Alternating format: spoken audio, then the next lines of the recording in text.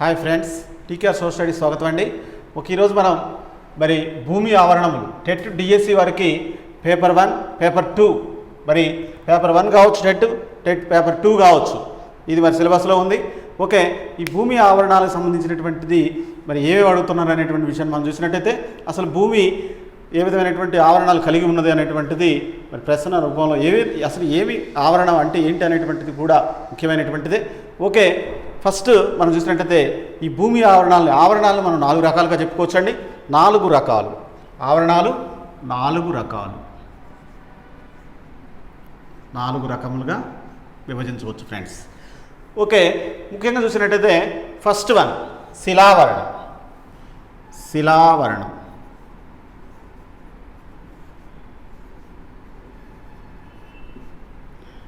శిలావరణం అనేటువంటి దాంట్లోనే శిలలు అనేటువంటిది పేరుందండి. శిలావరణం అంటే శిలలు. భూమిలో ఘనీభవించిన పొర, దీనిలో రాళ్ళు, లవణాలు ఉండి మందపాటి మట్టి పొర ఉంటుంది ఫ్రెండ్స్. భూమిలో ఘనీభవించినటువంటి పొర ఇది. దీనిలో ఏమేమి ఉంటాయంటే రాళ్ళు ఉంటాయి, లవణాలు ఉంటాయి, వాటితో పాటు మందపాటి మట్టి పొర అనేటువంటిది ఉంటుందండి. దీన్ని ఇంగ్లీష్లో ఏమంటారంటే లిథోస్పియర్ అంటారు. దీని ఇంగ్లీష్లో లిథోస్పియర్. దీని ఇంగ్లీష్లో లిథోస్పియర్ అంటారు.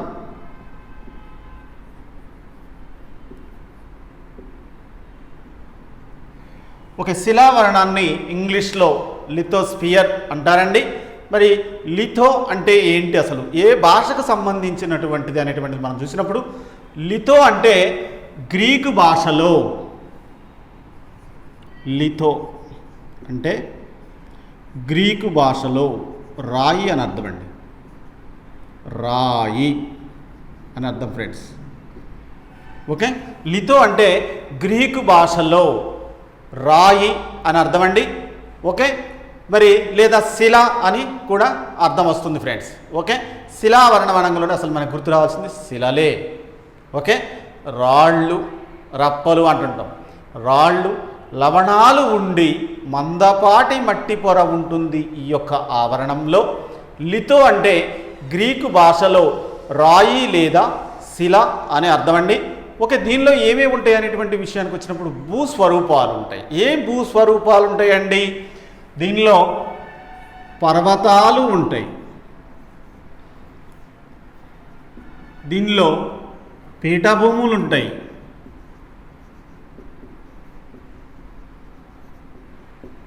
దీనిలో మైదానాలు ఉంటాయి ఫ్రెండ్స్. మైదానాలు. అసలు పర్వతం అంటే ఏంటి అనేటువంటి క్లాసులు చెప్పేటప్పుడు చెప్తాం. పర్వతం అంటే ఏమి ఉండదండి, కొండ కంటే ఎత్తైనటువంటి దాన్ని పర్వతం అంటారు. అసలు పర్వతం అంటే ఏంటి అనేటువంటి విషయానికి వచ్చినప్పుడు 900 మీటర్ల ఎత్తు కంటే వాలు ఎక్కువగా ఉన్నటువంటి భూస్వరూపాన్ని పర్వతం అంటారు ఫ్రెండ్స్. 900 మీటర్ల కంటే ఎత్తు ఎక్కువగా ఉండి వాలు ఎక్కువగా ఉన్నటువంటి భూస్వరూపాన్ని పర్వతం అంటారండి. పీఠభూమి అంటే ఏంటి, మైదానాలు అంటే ఏంటి? మైదానాలు మొత్తం కూడా సమాన భూతలం ఉంటుంది. అదేవిధంగా పీఠభూములు ఎక్కువ వైశాల్యాన్ని ఆక్రమించి ఉంటాయి ఫ్రెండ్స్. అదేవిధంగా చూసినట్టయితే లోయలుంటాయి, అగాధాలు ఉంటాయి. ఇక్కడ లోయలు ఉంటాయి, అగాధాలు కూడా ఉంటాయి. ఈ యొక్క శిలావరణంలో లోయలు కూడా ఉంటాయి, అగాధాలు కూడా ఉంటాయి ఫ్రెండ్స్. ముఖ్యంగా మనం చూసినట్టయితే శిలావరణం అంటే ఏంటి అనేటువంటి ప్రశ్న కూడా తెలుసుకోవాల్సిన అవసరం ఉంది. ప్రతి ఒక్క విద్యార్థి, ఈ టెట్కి ప్రిపేర్ అయ్యేటువంటి విద్యార్థులు కంపల్సరిగా భూమి ఆవరణాలు అనేటువంటి టాపిక్ చాలా మోస్ట్ ఇంపార్టెంట్ అండి. ఎడ్జిటి వారికి కావచ్చు, స్కూల్ అసిస్టెంట్, సోషల్ స్టడీస్ విభాగం వారికి కూడా చాలా అద్భుతమైనటువంటి టాపిక్ ఇది. శిలావరణం. ఫస్ట్ ఆవరణం ఏంటండి? శిలావరణం. భూమిలో ముఖ్యంగా ఘనీభవించినటువంటి పొర ఇది. దీనిలో ఏముంటాయండి? రాళ్ళు ఉంటాయి, లవణాలు ఉండి మందపాటి మట్టి పొర ఉంటుంది ఫ్రెండ్స్. దీన్ని ఇంగ్లీష్లో లిథోస్పియర్ అంటారు. లిథోస్పియర్ అనేటువంటి ఆంగ్ల పదం లిథో అనేటువంటి గ్రీకు భాష నుంచి రావడం అనేటువంటి జరిగింది. స్పియర్ అంటే ఆవరణం అండి.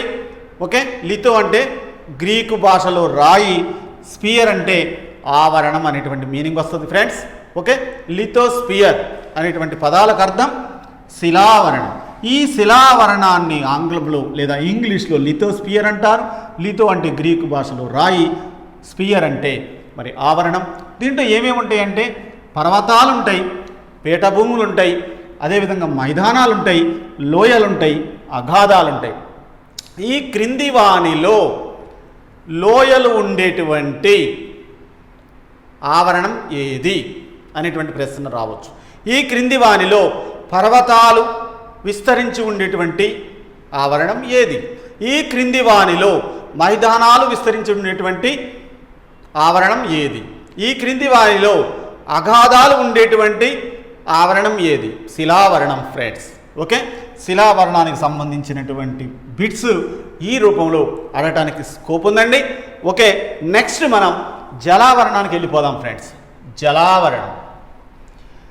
జలావరణం అనగానే మనకి గుర్తొస్తుంది జలం. జలం అంటే నీరు. ఇది ప్రతి ఒక్కరికి తెలిసినటువంటి విషయం. ఓకే, ఈ జలావరణం అనేటువంటిది అసలు ఎందుకు ఈ పేరుతోటి మనం పిలుస్తున్నాం, అసలు దీనికి ఎందుకు అంత ప్రాధాన్యత ఉంది అనేటువంటి విషయాన్ని నేను క్లాస్ చెప్పేటప్పుడు చెప్తాను. ఓకే, జలావరణం రెండోదండి. జలావరణం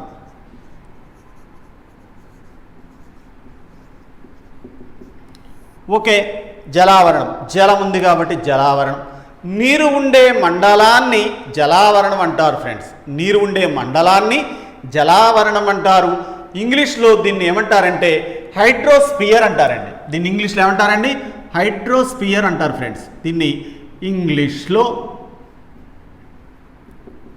హైడ్రోస్పియర్ అంటారు ఫ్రెండ్స్. హైడ్రోస్పియర్. దీన్ని ఇంగ్లీష్లో హైడ్రోస్పియర్ అంటారు. మరి ముఖ్యంగా మనం చూసినట్లయితే హ్యాడర్ అనేటువంటి గ్రీకు పదం నుంచి వచ్చింది ఇది. స్పియర్ అంటే ఆవరణం. హ్యాడర్ అనేటువంటి గ్రీకు పదం నుంచి ఈ యొక్క హైడ్రో అనేటువంటి పదం వచ్చిందండి. హ్యాడర్ అనేటువంటిది గ్రీకు పదం ఫ్రెండ్స్. ఈ గ్రీకు పదానికి అర్థం ఏమిటి అనేటువంటి విషయాన్ని మనం అబ్జర్వ్ చేసినప్పుడు నీరు అర్థం అండి. నీరు. హైడ్రోస్పియర్ అనేటువంటిది హ్యాడర్ అనేటువంటి గ్రీకు పదం నుంచి రావటం అనేటువంటిది జరిగింది. మరి హైడ్రో అంటే ఇంగ్లీషు, హ్యాడర్ అంటే గ్రీకు పదం అండి. ఓకే, ఇక్కడ బిట్స్ ఈ విధంగా కూడా ఆడటానికి అవకాశం ఉంది. హ్యాడర్ అనేటువంటిది ఈ క్రింది భాషకు చెందినటువంటిది. హ్యాడర్ అంటే గ్రీకు పదం. దీని అర్థం ఏంటి బాబు అంటే నీరు. ఓకే, దీని అర్థం ఏంటండి? నీరు. ఓకే, ముఖ్యంగా నీరు ఉండే మండలాన్ని జలావరణం అంటారు. ఇంగ్లీషులో జలావరణాన్ని హైడ్రోస్పియర్ అంటారండి. ఈ యొక్క హైడ్రోస్పియర్ అనేటువంటిది హ్యాడర్ అనేటువంటి గ్రీకు పదం నుంచి రావడం అనేటువంటి జరిగింది. హ్యాడర్ అనేటువంటి గ్రీకు పదానికి అర్థం నీరు ఫ్రెండ్స్. ఓకే, నీరు అనగానే మనకు గుర్తొస్తుంది ఈజీగా నదులు కావచ్చు, సముద్రాలు కావచ్చు, అదేవిధంగా సరస్సులు కావచ్చు, అదేవిధంగా మహాసముద్రాలు కావచ్చు ఫ్రెండ్స్. వాటర్ ఇక్కడ. ఓకే, జలావరణం అనగానే మనకు జలం, నీరు. కాబట్టి దీనికి సంబంధించినటువంటిది నదులు కావచ్చు, మరి సరస్సులు కావచ్చు, అదేవిధంగా చెరువులు కూడా కావచ్చండి. చెరువుల్లో కూడా వాటర్ ఉంటుంది కాబట్టి. ఓకే, చెరువులు కావచ్చు, సరస్సులు కావచ్చు, నదులు కావచ్చు, సముద్రాలు కావచ్చు, మహాసముద్రాలు వంటి జలాశయంతో పాటు మరి ముఖ్యంగా ఇక్కడ భూగర్భ జలం అనేటువంటిది కూడా most important friends. Most important భూగర్భ జలం. భూగర్భ జలం కూడా జలమే. ఓకే, ఫర్ ఎగ్జాంపుల్ మనం ఏదైనా బావి ప్రవహించామనుకోండి, వాటర్ ఉంది, అది కూడా మరి భూగర్భ జలం. Okay friends. ఓకే, ఇక్కడ భూగర్భ జలం కూడా జలావరణం కిందకే వస్తుంది. ఓకే, నదులు, చెరువులు, సముద్రాలు, మహాసముద్రాల వంటి జలాశయాలతో పాటు భూగర్భ జలం కూడా దీనిలో భాగమే ఫ్రెండ్స్. ఓకే, జలావరణం దీన్ని ఇంగ్లీష్లో హైడ్రోస్పియర్ అంటారు. హైడ్రో అనేటువంటిది హ్యాడర్ అనేటువంటి గ్రీకు పదం నుంచి రావటం అనేటువంటిది జరిగింది. హ్యాడర్ అనేటువంటి గ్రీకు పదానికి అర్థం నీరు. ఆల్రెడీ హ్యాడర్ అనేటువంటి పదం మీద 3 సార్లు వచ్చిందండి ఎగ్జామినేషన్లో. బిట్స్ డిఎస్సిలో రావడం జరిగింది, టెట్లో రావడం జరిగింది. మరి ఈ విధంగా అడుగుతున్నారు కాబట్టి ముఖ్యంగా హ్యాడర్ అనేటువంటి గ్రీకు పదానికి నీరు అనేటువంటి అర్థం ఫ్రెండ్స్. అదేవిధంగా మరి ఈ యొక్క జలావరణంలో నదులు, చెరువులు, సముద్రాలు, మహాసముద్రాల వంటి జలాశయంతో పాటు భూగర్భ జలం కూడా దీనిలో భాగమే ఫ్రెండ్స్. ఓకే, నెక్స్ట్ మనం థర్డ్ వాతావరణం గురించి తెలుసుకుందామండి. వాతావరణం అనగానే మనకి గుర్తొచ్చేది ఆవిరి. జనరల్గా వాతావరణం, వెదర్ రిపోర్ట్, క్లైమేట్ రిపోర్ట్ అనేటువంటి మనం మాట్లాడుతుంటాం పదాలు. ఓకే, ఈరోజు వెదర్ రిపోర్ట్ ఏంటి, మరి ఈరోజు క్లైమేట్ ఎలా ఉంది అనేటువంటి పదాలు జనరల్గా మనం రోజువారీగా మరి డైలీ యూసేజ్ చేయటం అనేటువంటిది జరుగుతుంది. కాబట్టి ఇక్కడ మూడవది వాతావరణం అండి. ఓకే, ఈ వాతావరణం అనగానే మనకి గుర్తొచ్చేటువంటిది భూమి చుట్టూ ఉండే సన్నని గాలి పొరను వాతావరణం అంటారండి. అంటే గాలి పొర, ఇది గాలి పొర అని గుర్తుపెట్టుకోవాలి ఫ్రెండ్స్. భూమి చుట్టూ ఉండేటువంటి గాలి పొరను వాతావరణం అంటారు.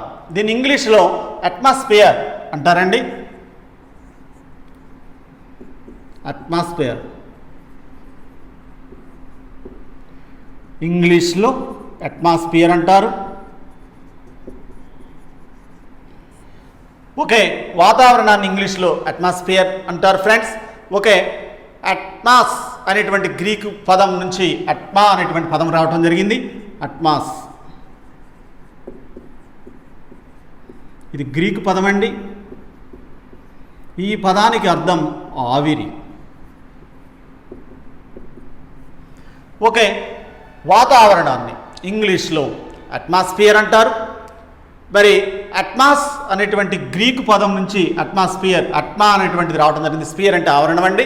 ఓకే, అట్మాస్ అనేటువంటి గ్రీకు పదానికి అర్థం ఏంటంటే ఆవిరి ఫ్రెండ్స్. ఓకే, ఇక్కడ ఆవిరి, మరి గాలిలోని నీటి ఆవిరి పరిమాణాన్ని ఏమంటారు అనేటువంటి ప్రశ్నలు కూడా వస్తుంటాయి. ఆర్ద్రత అంటారు. మరి అవపాతం అంటే ఏంటి, వర్షపు బిందువుల్ని అవపాతం అంటుంటారు. ఓకే, దాని గురించి నేను క్లాస్ చెప్పేటప్పుడు చెప్తాను, వాటి గురించి చెప్పేటప్పుడు. ఓకే, ముఖ్యంగా వాతావరణం గాలి పొర అంటే భూమి చుట్టూ ఉండే సన్నని గాలి పొరను వాతావరణం అంటారు. దీన్ని ఇంగ్లీష్లో అట్మాస్ఫియర్ అంటారు. అట్మాస్ అనేటువంటి గ్రీకు పదం నుంచి అట్మా అనేటువంటి పదం రావడం జరిగింది.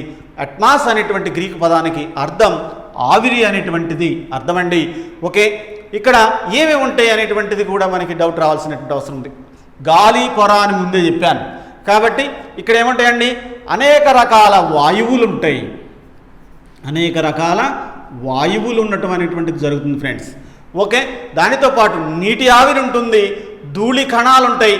కాబట్టి ఇక్కడ ముఖ్యంగా మోస్ట్ ఇంపార్టెంట్ ఏంటంటే ధూళి కణాలు అనేటువంటివి ఈ క్రింది ఆవరణం కిందకు వస్తాయి అనేటువంటి ప్రశ్న రావడం జరిగింది. ఓకే, నీటి ఆవిరి, ధూళి కణాలు, వాయువులు దీంట్లో ఉండటం అనేటువంటి జరుగుతుంది. ఇవి కూడా గుర్తుపెట్టుకోవాలండి. పాయింట్ గుర్తుపెట్టుకోవాలి కంపల్సరీగా. టెట్ వారు కావచ్చు, డిఎస్సి వారు కావచ్చు. ఓకే, పాయింట్ గుర్తుపెట్టుకుంటేనే ఎక్కడి నుంచైనా బిట్స్ రావడానికి స్కోప్ ఉంటుంది. కాబట్టి బిట్ పోకుండా, అంటే మార్కులు పోగొట్టుకోకుండా ఉండాలంటే మొత్తం ప్రతి ఒక్క కంటెంట్లో కూడా ప్రతి పాయింట్ని మరి కంపల్సరీగా యాస్పిరెంట్ చదవాల్సిన అవసరం ఉంటుంది. అనేక రకాల వాయువులు ఉంటాయి ఇక్కడ, నీటి ఆవిరి ఉంటుంది, ధూళి కణాలు దీనిలో ఉంటాయి అనేటువంటిది మనం చెప్పొచ్చు. ఓకే, వాతావరణాన్ని ఇంగ్లీష్లో అట్మాస్ఫియర్ అంటారు. అట్మా అనేటువంటిది అట్మాస్ అనేటువంటి గ్రీకు పదం నుంచి రావడం జరిగింది.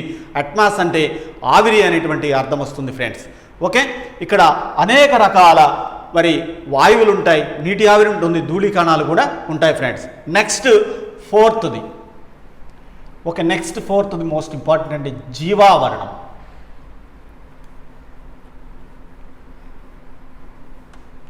ఓకే, జీవావరణం అంటంతో మనకు గుర్తొస్తుంది ఈజీగా జీవులకు సంబంధించినటువంటి ఆవరణం అనేటువంటిది మనకు తెలిసినటువంటి విషయమే.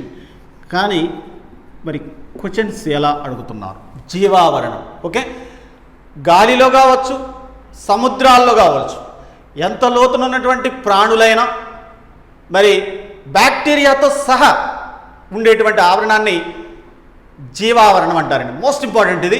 గాలిలో, సముద్రాలలో, ఓన్లీ గాలిలోనే కాదు సముద్రాల్లో కూడా, గాలిలో సముద్రాలలో ఎంతో లోతున ఉన్నటువంటి ప్రాణులు బ్యాక్టీరియాతో సహా ఉండేటువంటి ఆవరణాన్ని జీవావరణం అంటారు ఫ్రెండ్స్. ఓకే, గాలిలో కావచ్చు, సముద్రాల్లో కావచ్చు, ఎంతో లోతున ఉన్నటువంటి ప్రాణులు బ్యాక్టీరియాతో సహా ఉండేటువంటి ఆవరణాన్ని మరి జీవావరణం అంటారు. మరి దీన్ని ఇంగ్లీష్లో ఏమంటారు అనేటువంటి విషయానికి వచ్చినప్పుడు దీన్ని ఇంగ్లీష్లో బయోస్పియర్ అంటారు. దీన్ని ఇంగ్లీష్లో బయోస్పియర్ అంటారండి. ఓకే, దీన్ని ఇంగ్లీష్లో బయోస్పియర్ అంటారు ఫ్రెండ్స్. ఓకే, బయోస్ అనేటువంటిది మరి గ్రీకు పదం. ఇక్కడ మనం చూసినప్పుడు చూడండి, బయో అనేటువంటిది బయోస్ అనేటువంటి గ్రీకు పదం నుంచి ఉద్భవించిందండి. బయోస్ అనేటువంటిది గ్రీకు పదం ఫ్రెండ్స్. గ్రీకు పదాలు చాలా మోస్ట్ ఇంపార్టెంట్. గ్రీకు భాష నుంచే ఎక్కువగా మరి పదాలు అనేటువంటివి ఉన్నాయి. ఎక్కువగా మూలమైనటువంటి ఏ లాంగ్వేజ్ చూసినా మనకి ఎక్కువగా గ్రీక్ ఉంటుంది, లాటిన్ ఉంటుంది అనే గ్రీకు లాటిన్ మీదనే డిపెండ్ అయి ఉంటాయండి ఎక్కువగా ఇంగ్లీష్ లాంగ్వేజ్ అయితే మటుకి. ఓకే, ముఖ్యంగా బయోస్పియర్ అంటారు జీవావరణాన్ని. దీన్ని ఇంగ్లీష్లో బయోస్పియర్ అంటారు. బయో అనేటువంటిది బయోస్ అనేటువంటి గ్రీక్ పదం నుంచి రావడం అనేటువంటిది జరిగింది ఫ్రెండ్స్. బయోస్ అంటే గ్రీక్ పదం అర్థం ఏంటంటే ముఖ్యంగా జీవం అని అర్థం అండి. జీవం. బయోస్ అంటే జీవం అని అర్థం ఫ్రెండ్స్. ఓకే, ఇక్కడ మరి ముఖ్యంగా జీవానికి ఏమేం కావాలండి? శిలావరణం కావాలి, జలావరణం కావాలి, వాతావరణాలు కావాలి ఫ్రెండ్స్. జీవించాలి అంటే, ఒక జీవి జీవించాలంటే కంపల్సరిగా మనకి శిలావరణం కావాలి, జలావరణం కావాలి, వాతావరణాలు కావాలి. మోస్ట్ ఇంపార్టెంట్ ఇది. ఒక ప్రాణి జీవించాలంటే శిలావరణం కావాలి, జలావరణం కావాలి, వాతావరణం కావాలి. జీవం ఈ 3 మండలాలను ప్రభావితం చేస్తుంది. మోస్ట్ ఇంపార్టెంట్ బిట్ ఇది. జీవం ఈ 3 మండలాలను కూడా ప్రభావితం చేస్తుంది ఫ్రెండ్స్. ఈ విధంగా భూమి ఆవరణాలకి సంబంధించినటువంటి వాటి మీద బిట్స్ రావడానికి స్కోప్ ఉంది. శిలావరణం అంటే ఏంటి, జలావరణం అంటే ఏంటి, వాతావరణం అంటే ఏంటి, జీవావరణం అంటే ఏంటి, ఏ గ్రీకు పదాల నుంచి ఈ పదాలు వచ్చినాయి, ఈ గ్రీకు పదాలకి ఉన్నటువంటి అర్థాలు ఏమిటి అనేటువంటి వాటి మీద ఎక్కువగా టెట్లో బిట్స్ వస్తున్నాయి. డిఎస్సీలు కూడా అడగడానికి స్కోప్ ఉందండి. ఇది మరి ఎస్జిటి పేపర్ 1 వాళ్ళకి, అదేవిధంగా పేపర్ 2 సోషల్ స్టడీస్ విభాగంలో వారికి కూడా ఇది ఉపయోగపడుతుందని ఆశిస్తున్నాను friends. Okay, thank you for watching friends.